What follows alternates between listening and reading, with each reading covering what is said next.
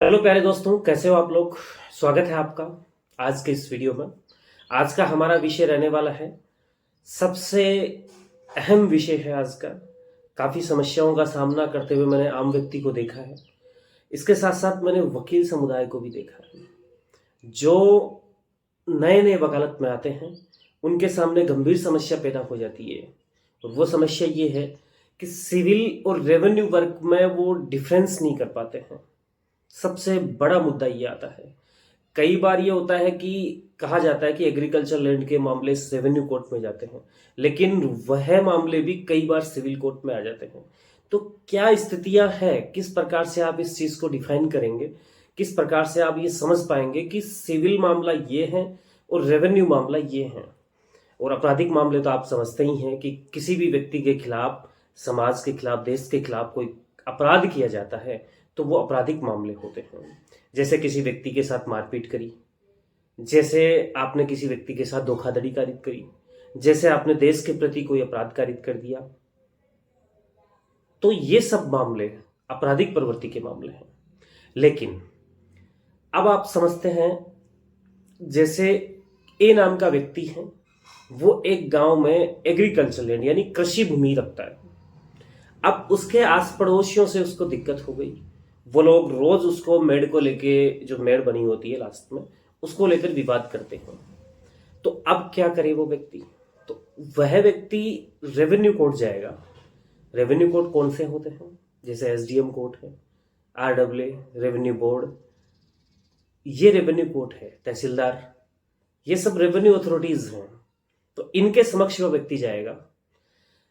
अब जैसे इस व्यक्ति को जो सीमा विवाद को लेकर विवाद है, मेड़ को लेकर, तो जाहिर है सीमा ही हुआ विवाद। तो अब इसको ये देखना पड़ेगा कि जो इसकी भूमि है वो सेपरेट है, यानी उसका विभाजन हो रखा है, या फिर वह सह खातेदार है।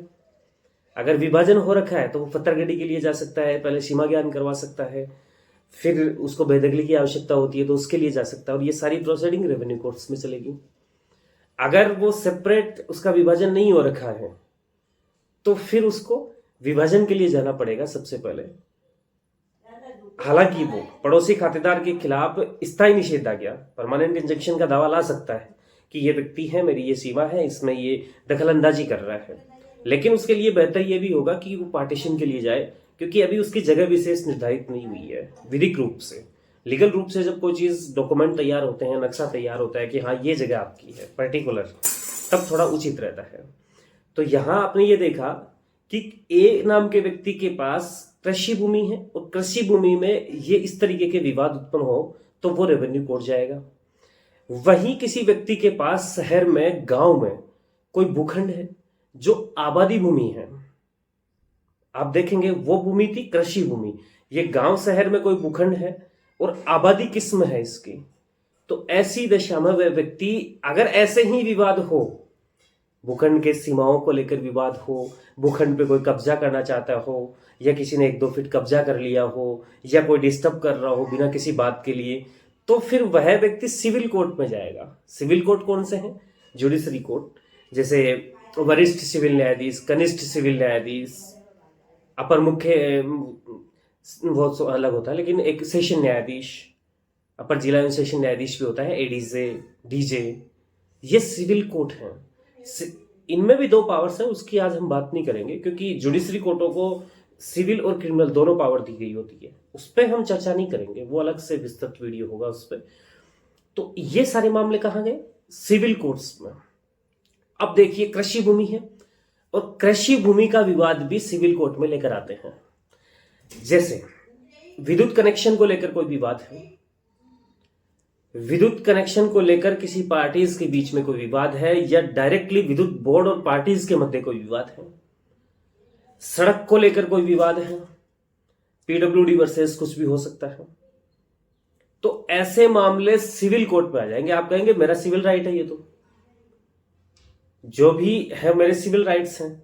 आप कहेंगे मेरे खेत के बीच से साहब ये लाइन जा रही है, ये मेरा सिविल राइट्स है।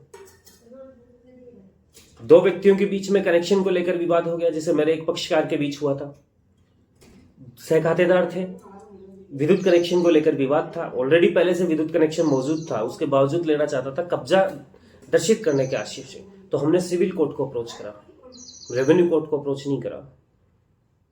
हालांकि इसमें सिविल कोर्ट ने हमें स्टे नहीं दिया क्योंकि हमारा पहले से स्टे चल रहा था दूसरे प्रकरण में, इसलिए उसने अति आवश्यक नहीं समझा। लेकिन हमारा मामला तो सिविल कोर्ट में गया, तो इस तरीके के मामले सिविल कोर्ट में जाते हैं। अब क्या आबादी भूमि के मामले भी रेवेन्यू कोर्ट में जा सकते हैं? एक शर्त पे जा सकते हैं, अगर रेवेन्यू रिकॉर्ड्स का कोई मामला हो, उसे दुरुस्त करना हो, तो वो सिविल कोर्ट में जा सकता है, अदरवाइज ग्राउंड नहीं बनता है। तो आज के इस वीडियो में आप बेहतरीन तरीके से समझ पाए होंगे कि सिविल और रेवेन्यू मामलों में क्या अंतर है। एक छोटी सी बात और समझाऊं आपको मैं। जैसे ये मेरे पास है पेज लगाने वाली मशीन है, इसके मालिकाना अधिकार को लेकर कोई विवाद पैदा हो जाता है तो मैं सिविल कोर्ट में जाऊंगा, रेवेन्यू में नहीं जाऊंगा, क्योंकि रेवेन्यू कोर्ट्स में केवल व केवल एग्रीकल्चर लैंड जो कृषि भूमि है उसके संबंध में ही जाया जाता है। अदरवाइज और चीजें हैं सिविल कोर्ट्स का है, जैसे ये फाइल है, इसको लेकर कोई डिस्प्यूट हो जाता है मालिकाना राइट से, तो ये सिविल कोर्ट का क्षेत्राधिकार है। भले ही मैं एग्रीकल्चर लैंड में निवास कर रहा हूं, लेकिन मामला सिविल है। अधिकार विशेष की कोई लड़ाई है जो सिविल राइट्स पैदा कर देती है। जैसे मकान है, मकान में हवा रोशनी जो आती है खिड़कियों से आती है, उसको लेकर कोई विवाद हो जाता है दो पक्षों के मध्य के साथ, ये मेरा मकान है, इसके बिल्कुल सटाकर ये व्यक्ति मकान बना रहा है, मेरी हवा रोशनी प्रभावित हो जाएगी, या ये हवा रोशनी, ये मेरी खिड़कियां हैं वो मुझे खोलने नहीं दे रहा, या कुछ भी परिस्थितियां हो, ऐसी कोई परिस्थिति होती है तो कहाँ जाता है, चाहे भले ही वो एग्रीकल्चर लैंड हो, लेकिन विवाद सिविल कोर्ट में चला जाएगा, क्योंकि यहाँ विवाद एग्रीकल्चर लैंड को लेकर नहीं है, उसके किसी मालिकाना राइट्स या उनको लेकर नहीं है, लेकिन यहाँ केवल मकान विशेष को लेकर है।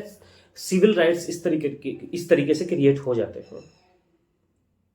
कई बार ये भी आती है कि इनमें बिल्कुल सा बारीक सा अंतर है और रूलिंग पर डिपेंड हो जाती है चीजें। रूलिंग का मतलब सुप्रीम कोर्ट या हाई कोर्ट्स की जजमेंट वगैरह जो होते हैं उनके ऊपर, केस लॉज वगैरह उनके ऊपर भी डिपेंड हो जाती है परिस्थितियां। तो फिर भी आज हमने जो जाना कि सिविल और रेवेन्यू क्या है, कौन से विवाद सिविल और रेवेन्यू में जाते हैं, शायद आप लोग समझ पाए होंगे बेहतरीन रूप से। तो आज के लिए इतना ही, मिलते हैं नेक्स्ट वीडियो में, तब तक के लिए